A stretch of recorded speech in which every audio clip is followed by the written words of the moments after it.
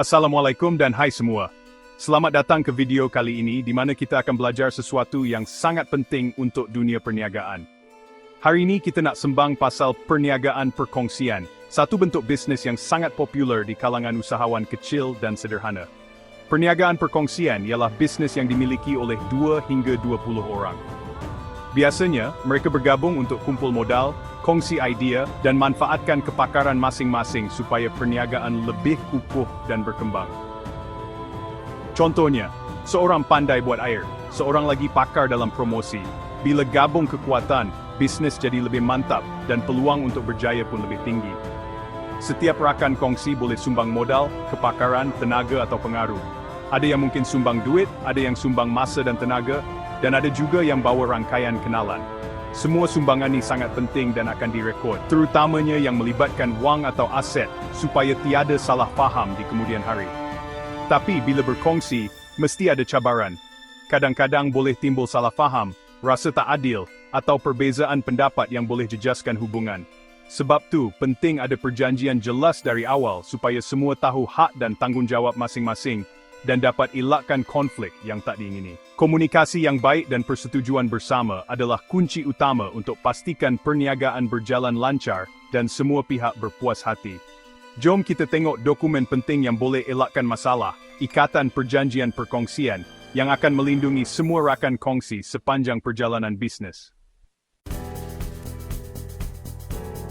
Dalam bisnes perkongsian, peraturan main utama ialah Ikatan Perjanjian Perkongsian. Ini adalah dokumen paling penting yang akan menentukan perjalanan bisnes Anda bersama rakan kongsi. Ia bukan sekadar formaliti, tapi asas yang kukuh untuk elak salah faham dan konflik di masa depan. Ia senaraikan syarat dan persetujuan antara rakan kongsi, macam buku peraturan bisnes. Setiap perkara penting, dari hak dan tanggungjawab hingga cara membuat keputusan, perlu dinyatakan dengan jelas. Paling penting, nisbah pembahagian untung rugi mesti jelas. Ini supaya semua pihak tahu apa yang mereka akan dapat, dan tiada yang rasa tertindas. Contoh, sama rata, atau ikut modal. Kadang-kadang, ada juga yang pilih gabungan kedua-duanya, bergantung pada sumbangan setiap rakan kongsi. Gaji rakan kongsi yang urus bisnes sepenuh masa juga perlu dinyatakan. Ini penting supaya mereka yang bekerja lebih keras mendapat ganjaran setimpal. Faedah atas modal boleh diberi sebagai ganjaran kepada yang labur lebih. Ini menggalakkan pelaburan tambahan dan memastikan keadilan antara semua pihak. Kalau rakan kongsi ambil duit syarikat, faedah atas ambilan boleh dikenakan untuk kawal penggunaan. Ini juga membantu menjaga disiplin kewangan syarikat.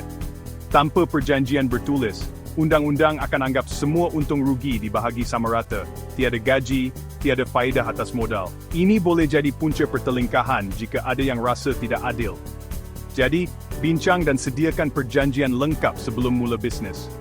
Libatkan semua rakan kongsi dalam proses ini supaya semua suara didengar.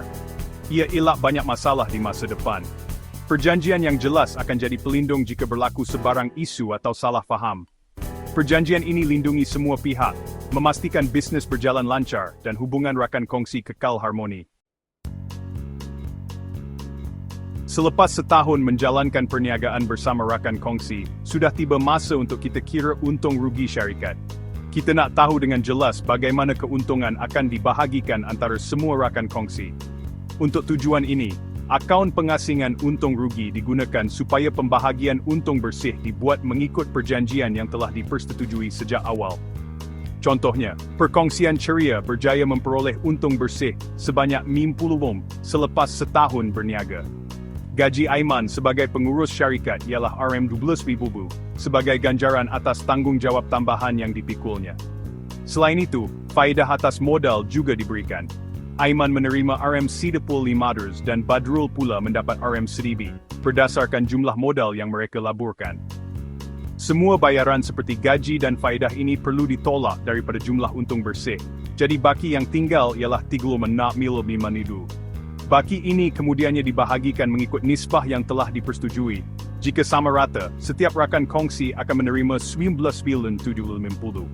Jadi jumlah akhir yang diterima oleh Aiman ialah gaji dan bahagian untung, iaitu 31,290. Manakala Badrul pula menerima faedah dan bahagian untung berjumlah 18,750. Inilah cara yang adil dan telus untuk mengagihkan keuntungan dalam sesuatu perkongsian perniagaan. Semua pengiraan mesti sentiasa berpandukan perjanjian yang telah ditandatangani oleh semua pihak. Akaun ini sangat penting untuk memastikan ketelusan, kepercayaan, dan keharmonian dalam perkongsian perniagaan.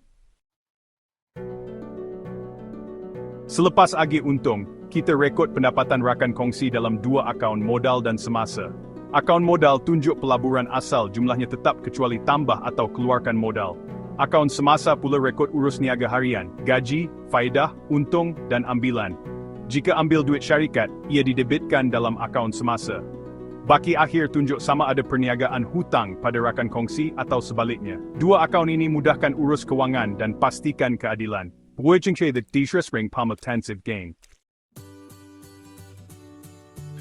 Bila perkongsian tamat, proses ini dipanggil pembubaran. Akaun realisasi disediakan untuk rekod jualan aset dan kira untung atau rugi realisasi. Duit hasil jualan aset digunakan untuk bayar hutang luar dulu, kemudian pinjaman rakan kongsi. Selepas semua hutang selesai, baki diagih kepada rakan kongsi ikut baki akaun modal dan semasa. Untung atau rugi realisasi diagih ikut nisbah yang dipersetujui. Proses ini pastikan semua pihak dapat hak mereka dengan adil. Pembubaran penting untuk tutup bisnes secara teratur. Ilmu ini sangat berguna untuk urus bisnes dengan baik.